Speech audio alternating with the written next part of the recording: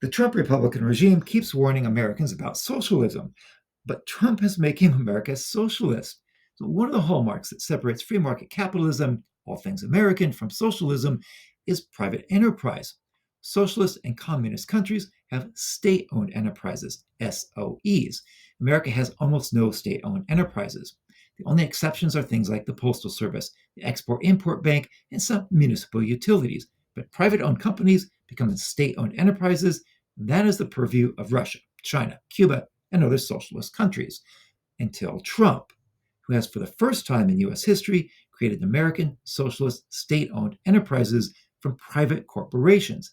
Exactly what America used to call state ownership, socialism, communism. And there's more about global affairs and economics at culturalperspective.com. So here's what's happening.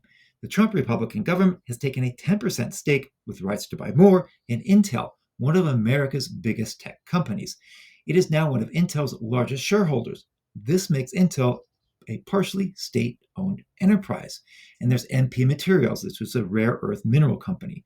The government has a 15% effective ownership stake. Trilogy Metals, 10% owned by the US government now, plus options for more. And the Trump government now holds a majority share in US Steel, giving the state power to veto corporate decisions and appoint board members. This is America's first fully state-owned enterprise, a private company no longer allowed to run privately. That's not capitalism. That's the structure of a state-run socialist communist economy. And this is exactly what China did, taking strategic holdings in private companies and eventually having fully owned state enterprises across the entire economy.